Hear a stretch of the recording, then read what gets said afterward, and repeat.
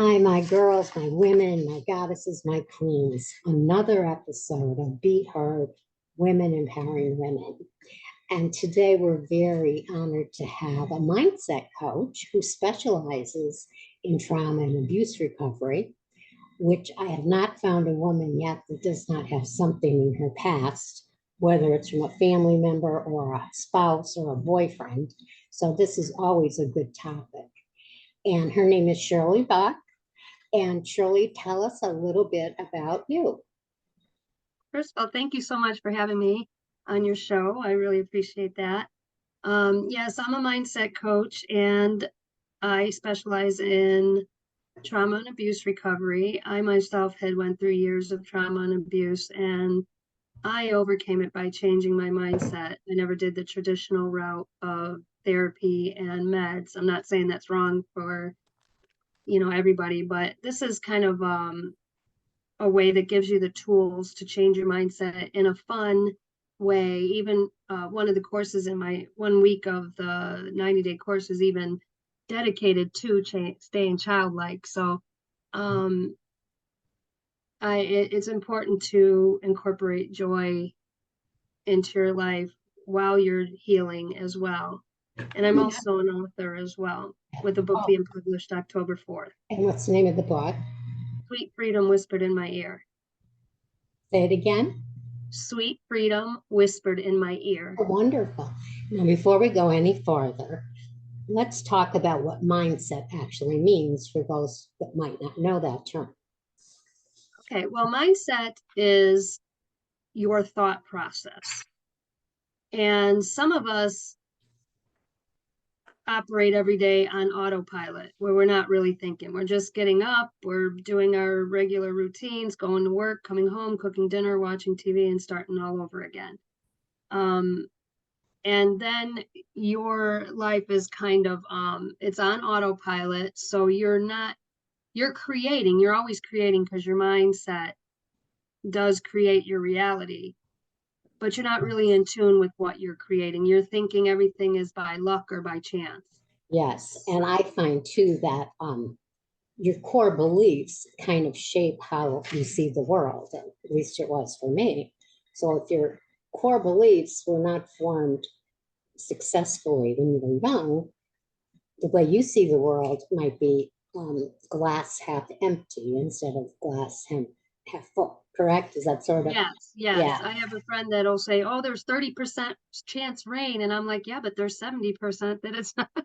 Exactly. I do that with my husband all the time. He's usually glass half empty. So, Right. you know, life can be a difficult journey. And there's no like direct one size fits all formula for healing from abuse or trauma, especially when it happened to you when you're young. So what experience do you have experience with depression or anxiety or anything like that? Yes, I have years of depression, anxiety. I had eating disorders. I was everywhere on the scale from 70 pounds to 200 pounds. I had addictions I needed to overcome. I at 23 finally hit a breaking point, had a major nervous breakdown, and that's what prompted my journey Yeah, to yeah. and now in my 50s I'm teaching others I so how relate to your to story already because I'm trying to get my watch to stop beeping.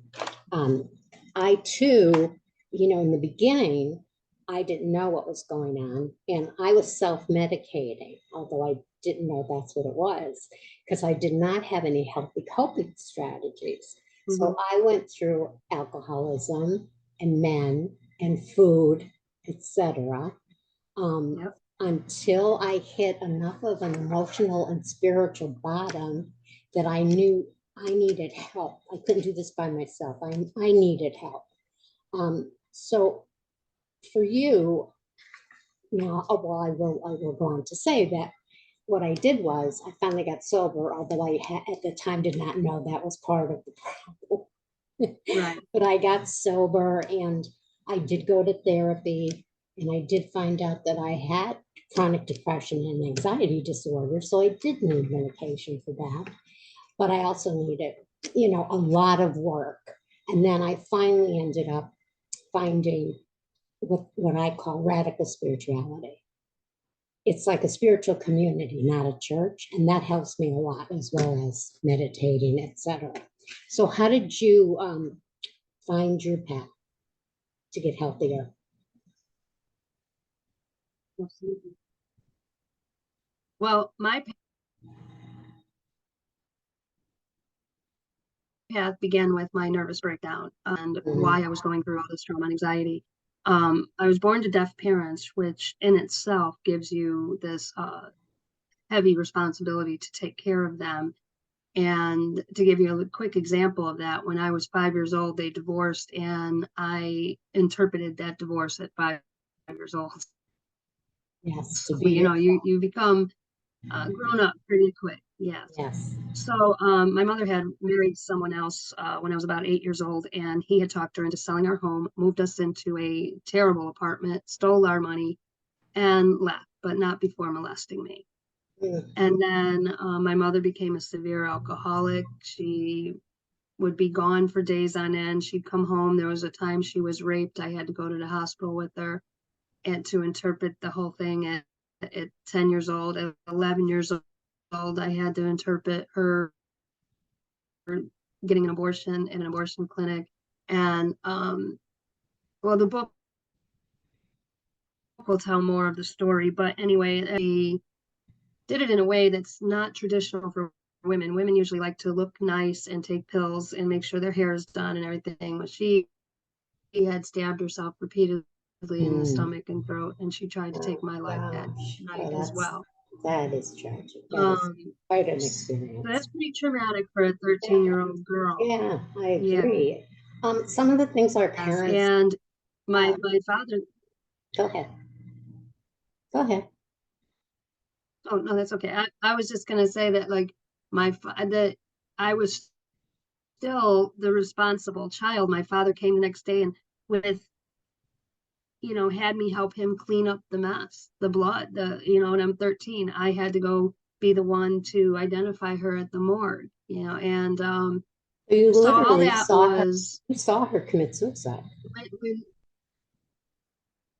Oh my yes, goodness. yes, Oh, at the age of 13. that's unbelievable. Uh, I just can't even wrap my head Yeah, around that.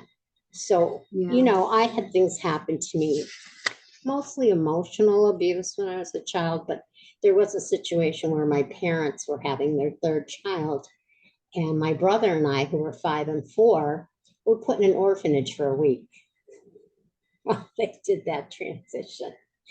And, God wow, bless them.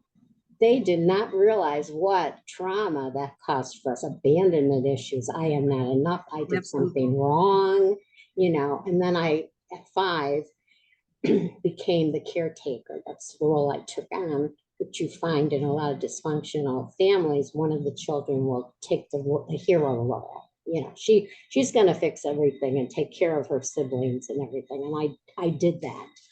So there you go. I was not taught good coping strategies at all. right, right, That I did not trust my parents and I did not feel safe, which is a bad thing when you're 5. absolutely. So let me ask you, Cheryl, how can someone that has anxiety and depression, what can they do to get control of that and become an empowered woman? Let's put it that way. Well, the way I did it, honestly, was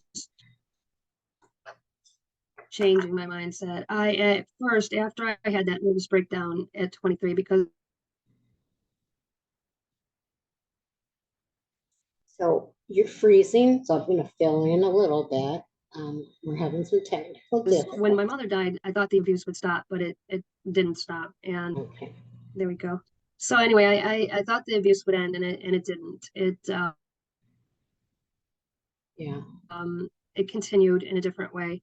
And like I said, when I was 23 and they had that nervous breakdown, I knew people who had went through therapy, and most of my clients are people who have been through therapy for years and they still feel stuck. Yeah.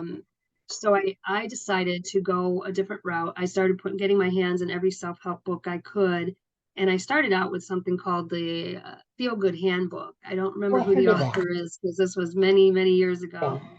I remember his face on the yeah. cover, with the big smile. But and I started doing the work, and 30 years later, I've done so much studying on the power of changing your mindset that it truly does change your life. It sounds like a cliche, change your mind, change your life, but it's a real thing. And then I went on to learn more about the laws of attraction and manifestation, because once I changed my mindset, and I got married, I had children, people would say, how does everything just work out for you? You say you want something to happen and it happens. And I'm like, I don't know, I guess I'm just lucky. I didn't know that by changing my mindset, I was opening up doors. Right. I was, I was paying attention to my emotional scale. Yes. And when you pay attention to your emotional scale, and you're not feeling good, then you're like, oh, wait a minute, where's my thought process today? Yes. So I want to go back to Feeling Okay, and Good then I turn it Handbook. around. Yeah, the Feeling Good Okay. Handbook was Dr. David Burns. Does that sound right? Oh, Yeah, okay. I, And yeah, let's I really don't remember. It's been 30 yeah. years since No, I I read just had to look it up. My mind's not that good. it. So anyway, Perfect, the perfect. what you're talking about, the law of Yeah, the law of attraction, that is something that the spiritual community that I belong to is something that we practice. And our minister always says, it doesn't mean if you say to yourself, I want a brand new Porsche, you're going to get a brand new Porsche. That's right. not how it works. What it really, for me, what it means is if you put out positive vibrations into the world and your heart is open, then you will get back positive gifts. Absolutely. I Yeah, see it when you're that in the way. receptive mode, things happen. Yes, And you can manifest things. It's just a little trickier because you really have to believe. And if you believe, oh, there's no way I can get a Porsche, you're never going to get that Porsche. no. So, But if you so want a Porsche and you put that out there, you then have to do the footwork. yeah, yeah, You could yeah. get a But second but job. if your mindset is right, you will open up opportunities for that to happen And as your well, to mind, do the footwork right, towards right, right. right. And your mind has to be open enough to see it, that it's an opportunity. Absolutely. Yes, yes. It's a process for sure. I see that a lot with people that they don't see that something's an opportunity. And Right, that's what we're talking about. You have to see things in a certain light. Like, right, maybe you get fired from a job and you're just thinking that's the worst thing in the world that can happen to you. And all of a sudden comes this better job because someone knows that you need a job and they go, oh, she might be just right for what I want, right? So you have to just be open right. to possibility. Let's put it that way. Yeah. Yes. So now overcoming abuse and trauma is tough. Um, First of all, I think some women especially, don't want to admit that they were abused or that there's trauma. Like they don't want to admit that when their husband Yes. pushes them in the kitchen and they're making dinner, that that's abuse, like things like that. Right. What do you think about that? Well, first of all, realizing and Well, accepting it.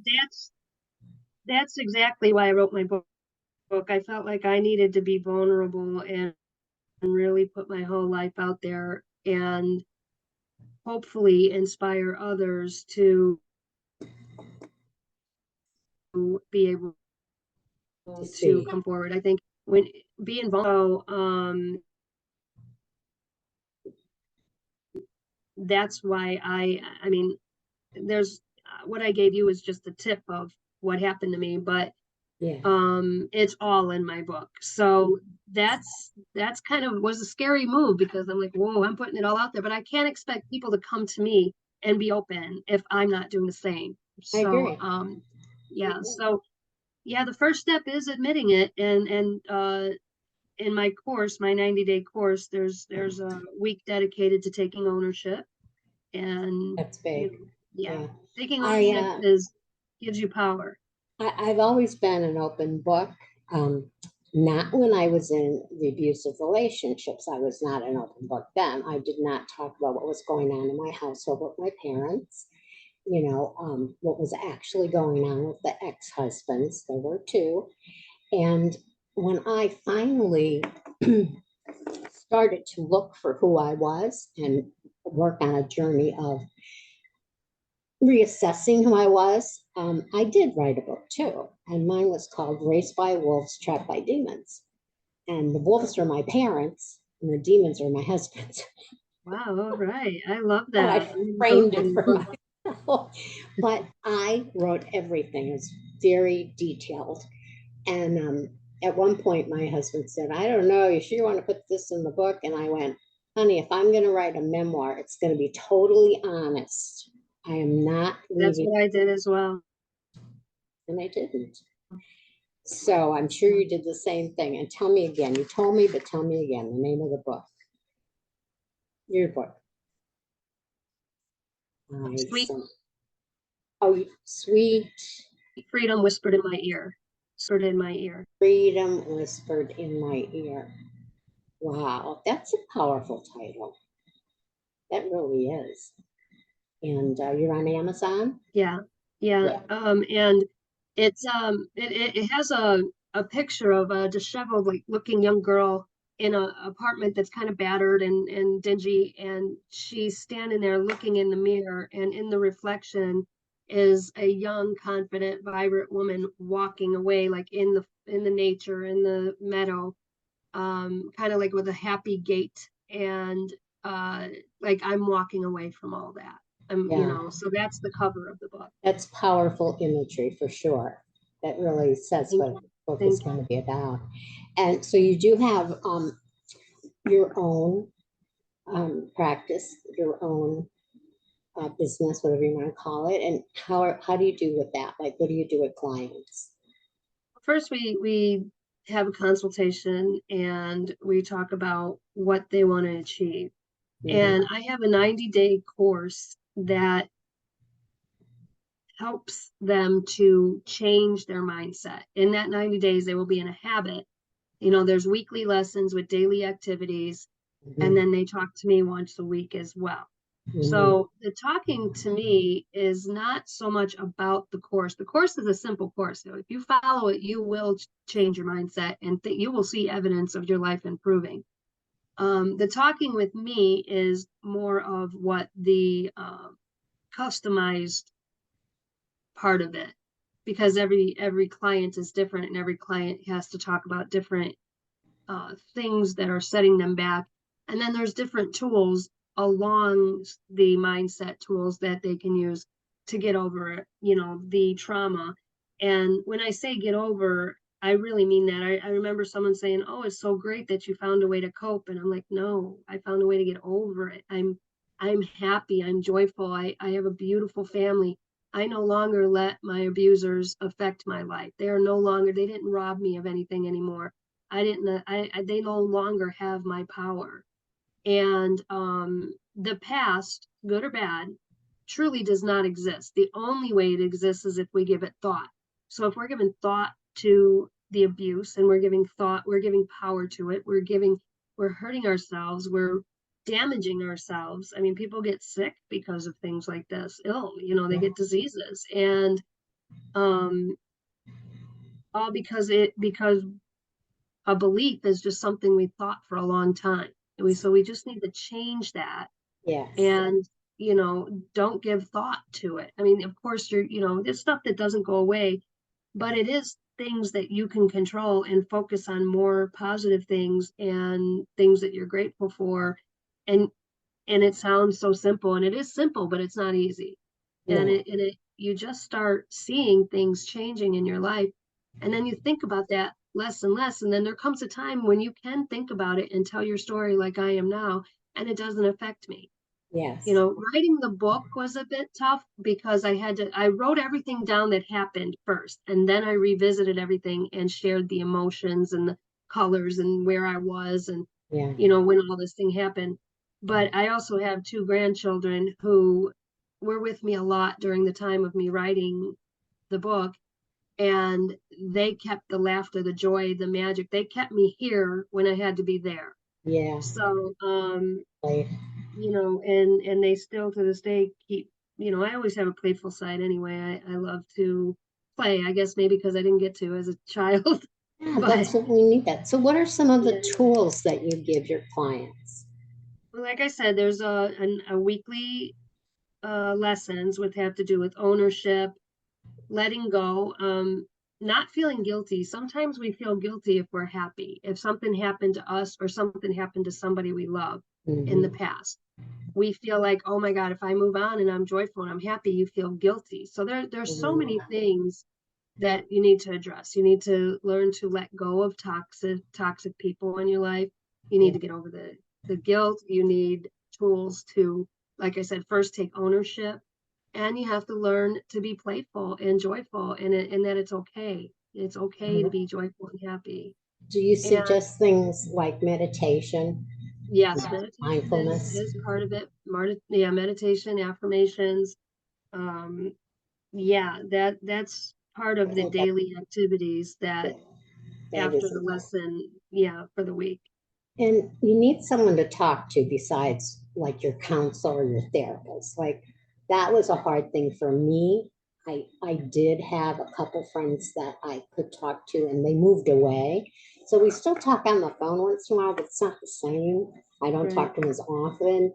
And because of the pandemic and all the things I went through in 2020, um, my depression worsened. I had been fine for years, fine.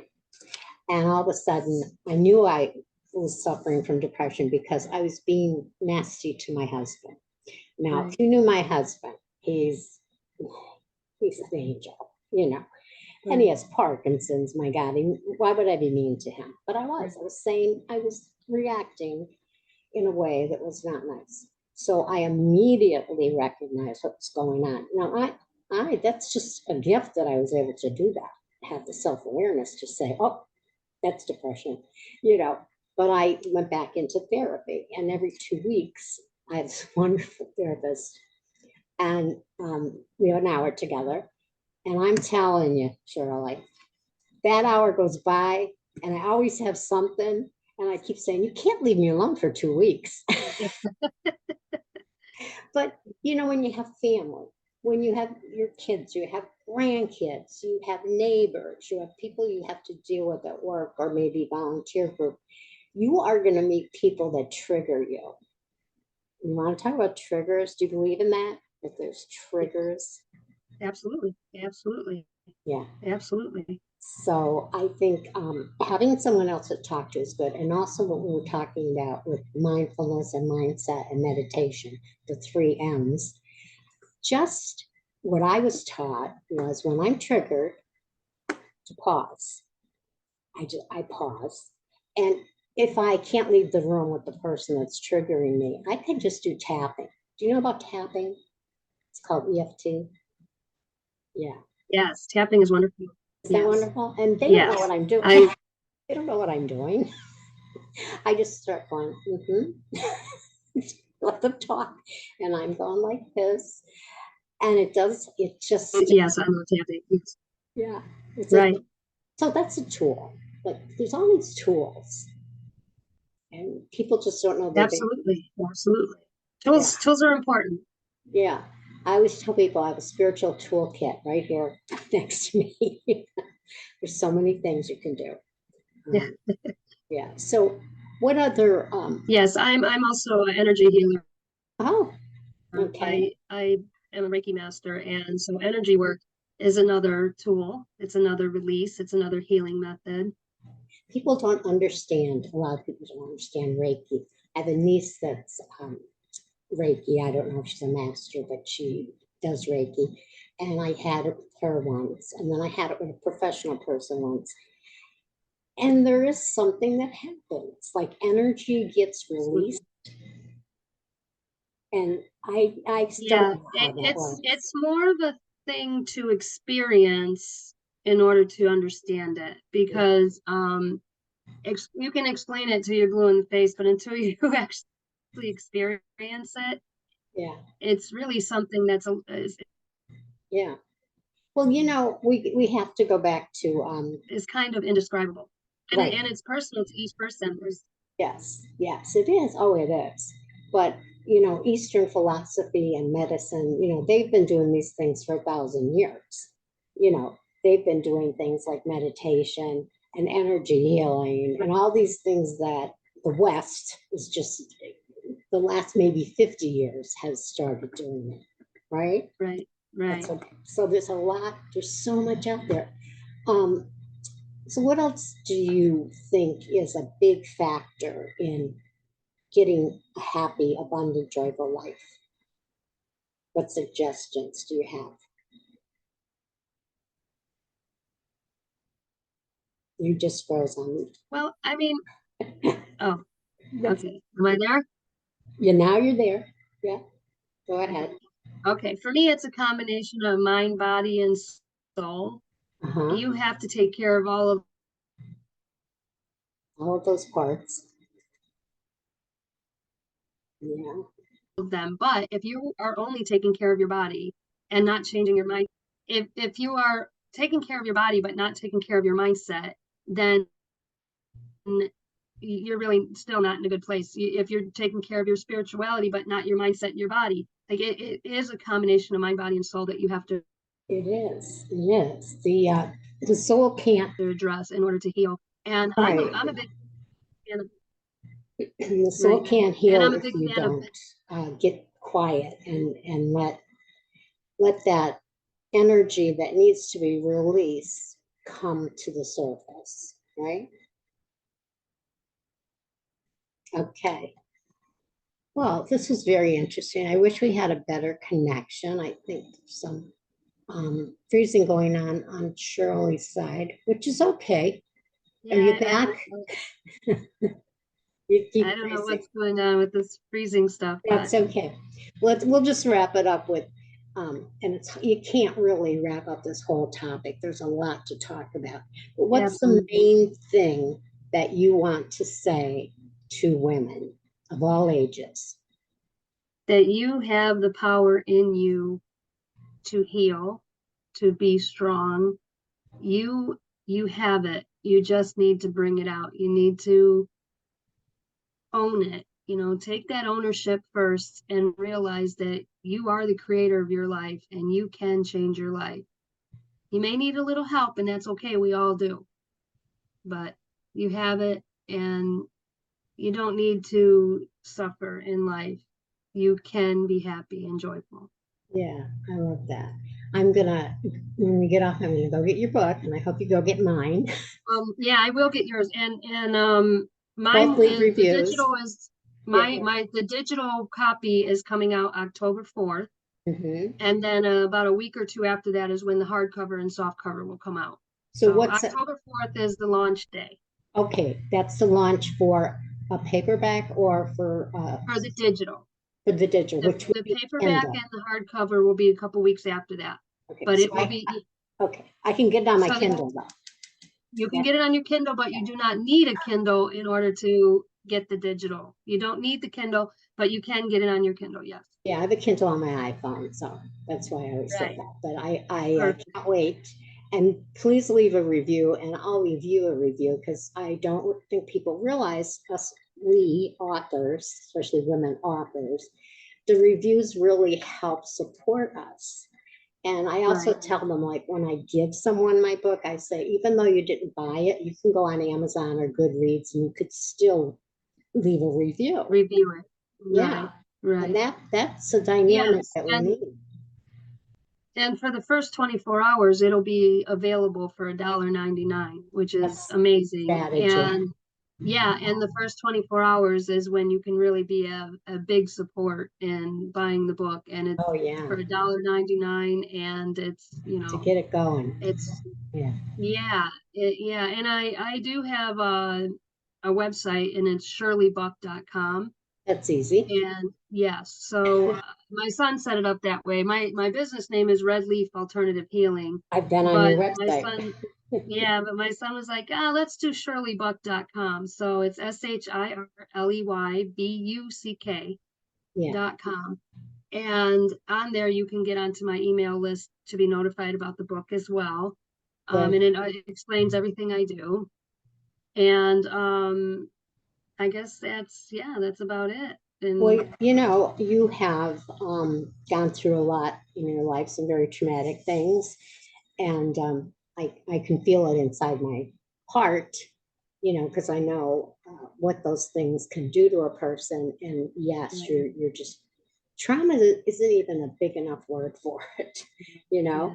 yeah. But I'm glad to see you looking so beautiful and happy and Oh, full of thank you. energy I, today. I really Glad. am. I really am happy, and that's why I'm sharing my story is because I wanted to show that even though I've been through all these things, I have learned to overcome it, let it go. I have a whole set of tools, and I want to share that with people that are hurting because you can heal, and that's the whole reason I'm here doing what I'm doing You're now. supposed to be here. You're Yeah, supposed to be here. that is my purpose. Yeah, you really, people talk about life purpose, and you don't sit there and think about what is my life purpose. Your life's purpose shows itself to you Yeah, because when you see, that is true. it is true, right? And we Yeah, don't want to believe this, but all the bad things that happened were lessons we can share with other people. So maybe they don't have to go through what we went through. absolutely. So thank you for being here, Shirley. Well, thank you for having me. I really appreciate it. Curious, we go read each other's books. Yeah, yes, yes. Can you Well, repeat yours one more time? Because I think sure, it sure. froze up when the title. That's okay. Raised by wolves, trapped by demons. It's a Perfect. Mimi Tallow, and it's on Amazon and Audible and all that stuff. I am definitely going to get it today. Okay, let me know it. Send me a text or an email. All right. Okay. Great having you. I'm sure we'll have you It's back. great having you too. All right. Thanks again.